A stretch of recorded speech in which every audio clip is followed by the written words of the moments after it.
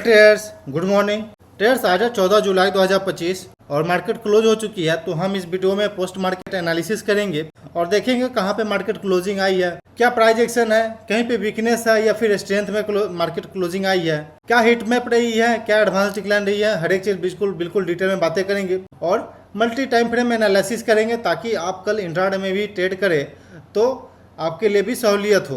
तो वीडियो को बिल्कुल अंत तक देखिएगा और चैनल पे पहली बार है तो चैनल को सब्सक्राइब कर लीजिए, वीडियो को लाइक कर लीजिए। आगे आते हैं ट्रेड्स आगे बढ़ने से पहले हम डिस्क्लेमर दे देते हैं, जो भी चार्ट पैटर्न हम यहाँ शेयर कर रहे हैं वो बस एजुकेशनल पर्पज से है, तो कृपया इस बात को ध्यान में रखते हुए ही ट्रेड करिएगा। ट्रेड्स ये निफ्टी का डेली टाइम फ्रेम पे आप चार्ट देख रहे हैं, आप देखेंगे तो यहाँ पे एक कंसोलिडेशन रेंज रहा था, देन उसका एक ब्रेकआउट आया, वापस अपसाइड को सस्टेन नहीं कर पाए और हम लोग फॉल करते हुए वापस इस रेंज में आ चुके हैं। बट अभी तक यहाँ पे कोई ट्रेंड में निगेटिव हमें नहीं दिख रही है, बस ये सेकआउट जैसा पोजीशन बन रहा है। जो भी शॉर्ट टर्म पर्पज से इस ब्रेकआउट पे बाय किए उनको मार्केट से आउट करने का बस सिंपल यहाँ पे प्राइस एक्शन दिख रहा है हमें। लेकिन हायर टाइम फ्रेम पे यानी वीकली टाइम फ्रेम पे या फिर मंथली टाइम फ्रेम पे देखेंगे ट्रेड्स तो कोई दिक्कत यहाँ पे आपको नहीं दिखेगा। एक स्ट्रॉन्ग कैंडल देन छोटा कैंडल बना करके पुल बैक आ रही है तो हमें तो कोई दिक्कत नहीं दिख रही यहाँ पे। लेकिन जो भी शॉर्ट टर्म के थिंकिंग से आए थे मार्केट में इस ब्रेकआउट के बाद उनके लिए ये स्टॉप लॉस रहा। वापस ये कंसोलिडेशन फेज में उनका यहाँ पे अगर कॉल बाई किए होंगे तो ये वहाँ पे स्टॉप लॉस हिट होने का हाई चांस होगा उनका, लेकिन ट्रेंड में कोई दिक्कत नहीं है। बैंक निफ्टी का चार्ट देखे trades, bank Nifty all time high के आसपास कंसोलिडेट कर रहा है, तो यहाँ भी हमें कोई दिक्कत नहीं है। कभी भी कोई सेक्टर कोई स्टॉक ऑल टाइम हाई पे है यानी कि स्ट्रेंथ में है, स्ट्रॉन्ग है, नया अपसाइड को बुलडन दिखा सकता है।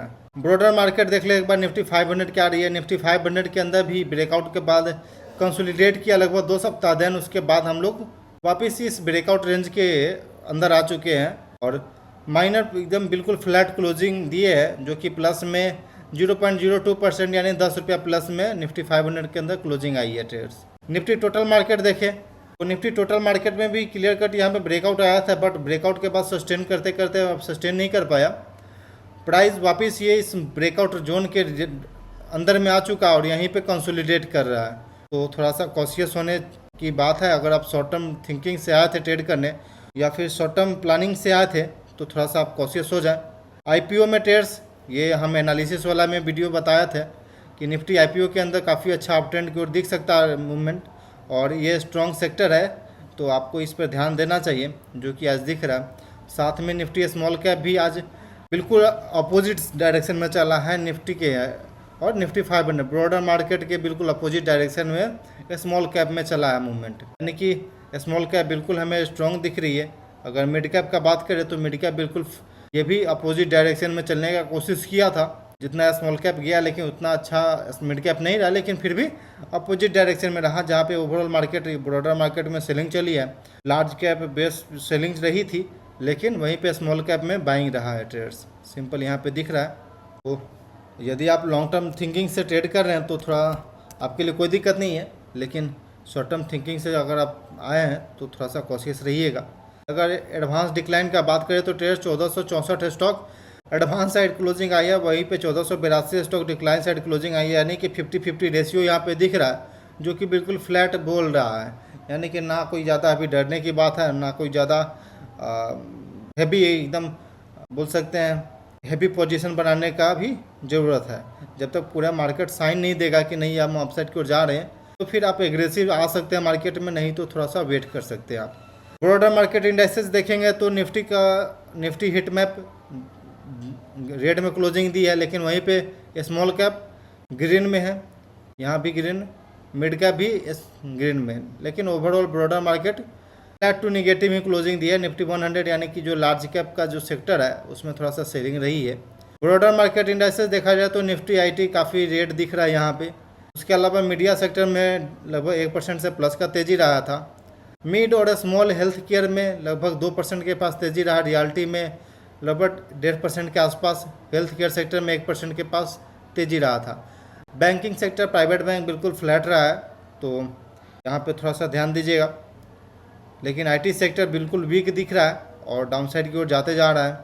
तो आई थिंक यहाँ पे पहले से भी हम जो एनालिसिस वाले वीडियो बनाते हैं उसमें बोलते आ रहे हैं कि थोड़ा सा यहाँ पे कॉशियस रहिएगा। IT सेक्टर वीक दिख रहा है यहाँ पे। अगर इंट्राडे बेसिस पे अगर हम टाइम फ्रेम एनालिसिस करते हैं, यानी कि स्मॉलर टाइम फ्रेम पे आते हैं, 15 मिनट टाइम फ्रेम पे आप मार्केट को बताते हैं। ओके ट्रेड्स, तो ये बैक टू बैक यहाँ से फॉलिंग स्टार्ट हुए और हम लोग 25,000 के लेवल से आज सपोर्ट लेने का कोशिश की है। यहाँ पे देख सकते हैं कि एक बार के लिए 25,000 के लेवल 25,001 का हम लोग लो लगाए, देन उसके बाद से वहाँ से बाउंस आया और वापस हम लोग 25,100 के ऊपर आकर के क्लोजिंग देने का कोशिश किए ट्रेडर्स। अब कल के दिन पे हम क्या कर सकते हैं, वापस जैसा कल के दिन पे थिंकिंग था, यानी कि प्रीवियस डे पे थिंकिंग था मेरा कि अगर हम प्रीवियस डे का लो ये कंसोलिडेशन रेंज के नीचे अगर हम जाते हैं तो सेलिंग ही देखने को मिलेगा। देन आप देखेंगे वापस ये कंसोलिडेशन रेंज ही बना करके क्लोजिंग दी है। तो अगर हम वापस इस कंसोलिडेशन रेंज के नीचे आते हैं और जिस प्रकार ये 15 मिनट सस्टेन कर गए, वापस जैसे सस्टेन कर गए तो देखेंगे हम लोग वापस ये इसमें सेलिंग होते दिखेगा। नहीं तो अगर हम लोग अपसाइड की ओर जाते हैं और वापस इस रेंज में आते हैं तो फिर से सेलिंग होते दिखेगा, क्योंकि यहाँ पे सेलर एक्टिव हो जाएगा। अपसाइड के लिए अभी हम रुकेंगे ट्रेड्स। अपसाइड एक बार पैटर्न बन जाती है अपसाइड के लिए तो फिर हम सोचेंगे अपसाइड के लिए, नहीं तो अभी हम वेट करेंगे मार्केट में एक बार प्राइस एक्शन बन जाएगा। इस तरह के अगर मान लीजिए फर्स्ट आवर में कंसोलिडेट करता है, यानी कि 9:15 से खुल करके 12 बजे तक ऐसे कंसोलिडेट करते हैं हम, यहाँ पे कंसोलिडेट करने के बाद अपसाइड की ओर ब्रेकआउट आएगा तो वापस आप बाई कर सकते हैं। लेकिन अभी ऐसा कुछ नहीं है तो फिर हम सेलिंग साइड के लिए ही सोचेंगे और थोड़ा कॉशियस होकर के सोचेंगे ट्रेडर्स। बैंक निफ्टी का बात करें ट्रेडर्स, बैंक निफ्टी भी देखेंगे तो ये एक रेंज बन चुका अब इसके लिए। इस रेंज के अंदर में मार्केट अगर खुलता है कल के दिन पे और किधरों एक साइड ब्रेकआउट या फिर ब्रेकडाउन दिखाएगा तो आप प्लान कर सकते हैं, सिंपल प्लानिंग रहेगी। लेकिन वापस हो सकता है कि ट्रेडर्स ये सपोर्ट यहाँ पे बने, क्योंकि इसके ऊपर हम लोग क्लोजिंग दिए हैं और इसका रिस्पेक्ट भी कर रहे थे। अगर इसके नीचे हम क्लोजिंग देते हैं तो हाई चांस रहेगा कि 56,300 के लेवल तो आराम से हम टच कर सकते हैं। तो इस बात को ध्यान रखिएगा ट्रेडर्स। अगर अपसाइड जाने का बात करें तो ये पहला पिवट रहेगा जो कि 57,300 के पास है। यदि 57,300 के ऊपर हम सस्टेन करेंगे तो ही फिर हम अपसाइड के लिए प्लान करेंगे ट्रेडर्स, नहीं तो फिर हम वेट करेंगे और एक बार के लिए प्राइस एक्शन जैसा बनता है देन हम कल के दिन पे फिर अपडेट करेंगे। तो हम एनालिसिस वाला वीडियो अपने चैनल पे जरूर डेली डालते हैं, तो इसे ज़रूर देखिएगा, आपको इंट्राडे ट्रेडिंग करने में आसानी होगी। तो ट्रेडर्स आई थिंक ये चीज़ें आपको दिखा हो। ओके ट्रेडर्स, क्लोज करते हैं वीडियो को। Thanks for watching this video. Please like and subscribe my YouTube channel for more updates.